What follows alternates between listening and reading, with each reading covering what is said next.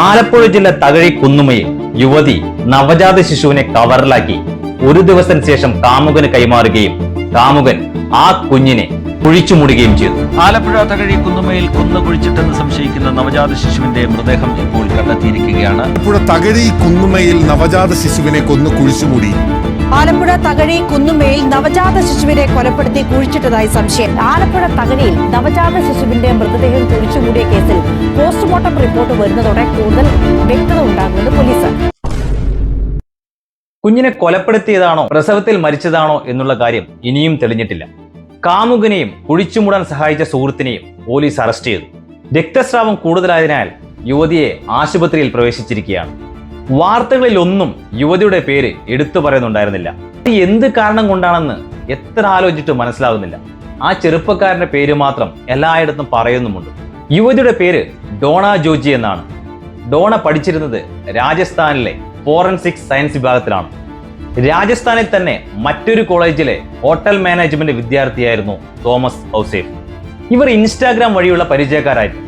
Donna ഇവർ രണ്ടുപേരുമുള്ള photo Instagram സ്റ്റോറിയായിട്ട് പലതവണ upload ചെയ്തിട്ടുണ്ട്. 2 വർഷം മുന്നേ ഡോണയുടെ കുടുംബത്തിൽ നടന്ന ഒരു വിവാഹത്തിൽ തോമസ് പങ്കെടുക്കുകയും കൂട്ടുകാർക്കെല്ലാവർക്കുമായി ഡോണ തോമസിനെ പരിചയപ്പെടുത്തുകയും ചെയ്തിരുന്നു. രാജസ്ഥാനിലെ പഠനം കഴിഞ്ഞ് നാട്ടിൽ തിരിച്ചെത്തിയ ഡോണ സ്ഥിരമായി പള്ളിയിൽ പോവുകയും നാട്ടുകാരോടും വീട്ടുകാരോടും ഒക്കെ നല്ല രീതിയിൽ പെരുമാറുകയും ചെയ്യുന്ന ഒരു വ്യക്തിയായിരുന്നു. കഴിഞ്ഞ ഒക്ടോബറിൽ ഡോണ ഇന്റേൺഷിപ്പ് ആവശ്യാർത്ഥം തിരുവനന്തപുരത്തേക്ക് പോവുകയും തിരിച്ചു വരികയും ചെയ്തിരുന്നു. ഈ സമയത്താണ് താൻ ഗർഭം ധരിച്ചതെന്നാണ് ഡോണയുടെ മൊഴിയിൽ നിന്നും വ്യക്തമാകുന്നത്. എന്നിരുന്നാലും ഡോണയിൽ ആരോഗ്യപരമായ പ്രശ്നങ്ങളോ മാറ്റങ്ങളോ ഒന്നും ഉണ്ടായിരുന്നില്ല.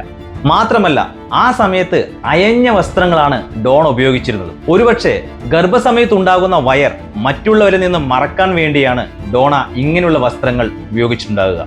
ഈ മാസം 7-ാം തീയതി രാത്രി 1:30-ക്ക് ഡോണ പ്രസവിക്കുകയും ഉടനെ തന്നെ ആ കുഞ്ഞിനെ കവറിലാക്കുകയും ചെയ്തു. ഒരു ദിവസത്തേക്ക് വീട്ടുകാരറിയാതെ തന്റെ സ്വന്തം മുറിയിൽ ആ കുഞ്ഞിനെ ഒളിപ്പിക്കുകയും ചെയ്തു. അന്നേ ദിവസം രാത്രി തന്റെ അച്ഛനും അമ്മയും അനിയനും ഉറങ്ങിയെന്ന് ഉറപ്പാക്കിയതിനു ശേഷം തന്റെ കാമുകനായ തോമസ് ഔസേപ്പിനെ വിളിച്ചു വരുത്തുകയായിരുന്നു. ഡോണയുടെ വീട്ടിൽ നിന്ന് ഏകദേശം 1 മണിക്കൂർ ദൂരമുണ്ട് സ്ഥലമായ തകഴിയിലേക്ക് എത്തിച്ചേരാൻ.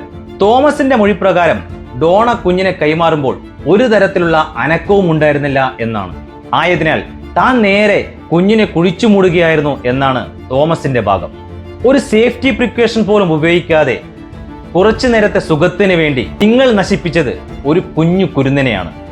അമ്മ നഷ്ടപ്പെട്ട മുലപ്പാൽ കുടിക്കുന്ന കുഞ്ഞുങ്ങൾക്ക് ഞാൻ എൻ്റെ മുലപ്പാൽ കൊടുക്കാം എന്ന് പറഞ്ഞ് മുന്നോട്ട് വന്ന അമ്മമാരുള്ള ഈ കേരളത്തിൽ, അച്ഛനും അമ്മയും നഷ്ടപ്പെട്ട അനാഥരായ കുഞ്ഞുങ്ങളെ ഞാൻ എടുത്തി വളർത്തിക്കോളാം എന്ന് പറഞ്ഞ് മുന്നോട്ട് വന്ന അച്ഛനും അമ്മയുമുള്ള ഈ കേരളത്തിൽ ഇങ്ങനെയുള്ള അച്ഛനും അമ്മയും ഇല്ല. ഇവരെ അച്ഛനും അമ്മയും എന്ന് വിളിക്കാൻ പറ്റില്ല. ഇങ്ങനെയുള്ള നികൃഷ്ട ജീവികളും ഈ കേരളത്തിൽ ജീവിക്കുന്നുണ്ടെന്ന് നാം ഓർക്കുന്നത് നന്നായിരിക്കും.